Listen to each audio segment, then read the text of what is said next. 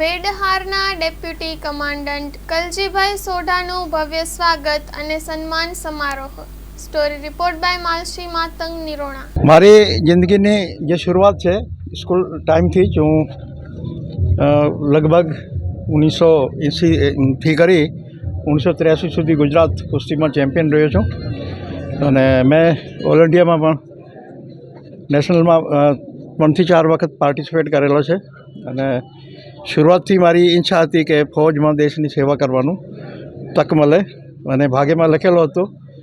અને હું સશસ્ત્ર સીમા બલમાં 1985માં શરૂઆત એક નાની એવી પોસ્ટથી કોન્સ્ટેબલની રેન્કથી શરૂઆત કરી અને જિંદગીમાં ઘણા બધા પડાવો આવ્યા અને ધીરે ધીરે હાર્ડ ટ્રેનિંગો કરી અને એનો ફલ સ્વરૂપે આજ મેં 40 વર્ષની સર્વિસમાં 7 પ્રમોશન લીધા છે અને આજે હું એક ડિપ્ટી કમાન્ડન્ટના રેન્કમાં સશસ્ત્ર સીમા બલથી રિટાયર થઈને આવી છું અને મારા માટે બહુ ખુશીની વાત છે.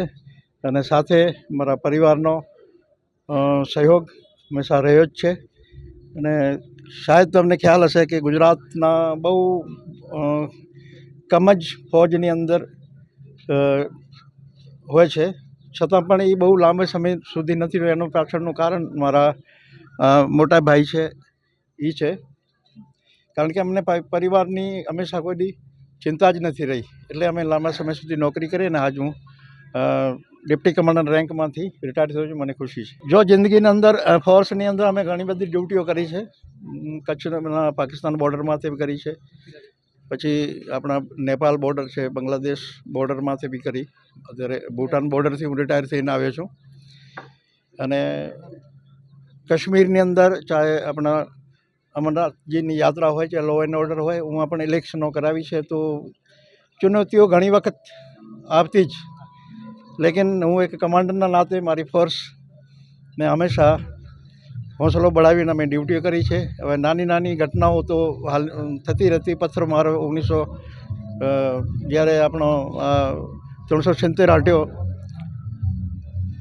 5 તારીખના એ દિવસે પણ હું અનંતનાગની અંદર વડગામની અંદર મારી પોસ્ટિંગ હતી. અને રાતના અમને તાત્કાલિક અનંતનાગથી ઉપાડીને વડગામ જવાનો હતો અને એ સમયની રાત મને યાદ છે. પૂરી ફૌજ, પૂરી કંપનીને લઈને હું જતો હતો.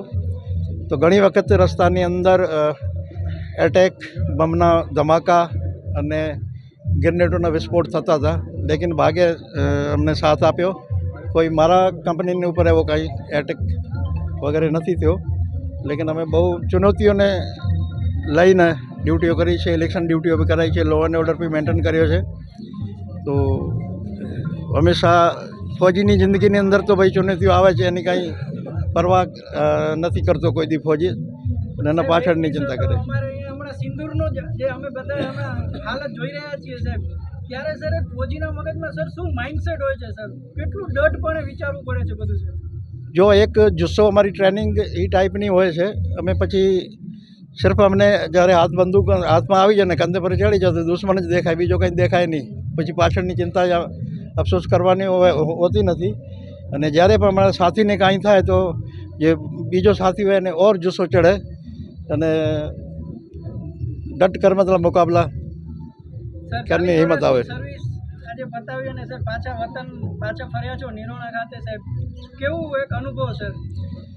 જો 40 વર્ષની મારી નોકરી છે તો તકરીબન 60 વર્ષના હું રિટાયર થયો છું.